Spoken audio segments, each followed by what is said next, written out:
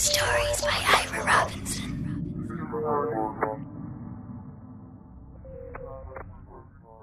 To Hell by Ira Robinson. I don't know how long I've been standing here or what brought me to this place, but I'm grateful for it nonetheless. I'm grateful because I can see him as he eats dinner, all alone in this small cafe. Even this far across the street with the dregs of the city and a dirty window pane between, I can still recognize him. How can I not? He's the one who killed me. My cover had been blown. I knew it as sure as I knew the gun in my hand was loaded and ready to go. I'd been foolish and careless. That's the best way to get yourself in trouble when you're undercover. I knew where my target was, I knew his name, and I knew his face, and I was ready to go through the kitchen into the living room of the house to complete what I had been assigned months before to do. They all had gotten to know me as a low-rent drug pusher. I was good at making that little trick of the trade work in my favor. It was one of the reasons I was given the assignment to begin with. I was dressed in the usual scumbag clothes they had become accustomed to seeing me in, and when the guard, my target had always had on staff, saw me, he waved me on with a smile. When I saw the smile drain from his face, I knew something had gone terribly wrong. It's such a rookie mistake, one that never should have happened, but I'd been distracted by that pretty new officer assigned to the front desk. You know how it is, the right smile in the right moment can lead you to your doom. The guard was looking at my waist, and when I looked down as well, I knew there was no going back. There was my ID, hanging out of my pocket. Stupid regulations requiring all officers to have their ID showing at all times when in the precinct. Combined with my foolish moment at the desk, well, that led to the guard shouting a warning that a cop was in the house. Hell broke loose with all its fire coming down on my head, and I knew I was done. The thugs got me to the ground pretty quickly, but I think I did enough damage to at least one of them to make the day a memorable one. The butt of the gun put my lights out before I could even say a word. The room I woke in was cold and dark. I realized pretty quick it was the walk-in freezer the cooks used to store everything in before making the meals for the small army the boss had around him most of the time.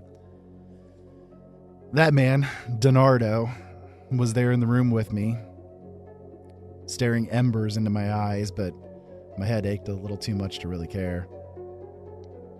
I was seated in a small chair with my arms tied behind my back, and my lower extremities were strapped to the legs of it. The man was sitting before me with my ID loosely hanging from his hands. He kept making it sway as he held it.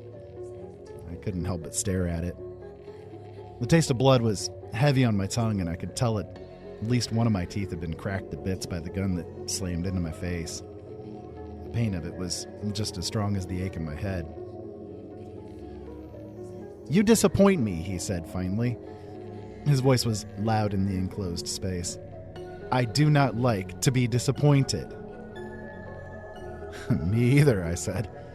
"Why don't we just call it even?" It was hard to speak, but I knew I was damned either way. Donardo stood, the chair creaking as his weight was taken off of it. He was not an obese man, but his large frame was still a little more than the small wood frame of that chair could handle. He stepped to the door and motioned to someone outside. I could see one of his lieutenants handing him something before Donardo returned to stand before me. The rope hanging from his hand was thin, but it looked strong enough. "I guess I'll see you in hell, Donardo." I spat at him with everything I could muster up, watching the glob of spittle and blood wash over his nice suit and tie. It was more rewarding than I thought it would be. I was still laughing when the rope went around my neck. "You'll get there first," was the last thing I heard before the lights went out again. So, now here I stand. Is stand the right word for it? I mean, I don't really have legs anymore, at least as far as I can tell, but it's a close enough approximation. I don't know how I got here, and I don't know for sure what I'm really am anymore, but I'm sure of one thing. I will make him pay any way I can. I might even be able to laugh in his face again one last time as I drag him to hell.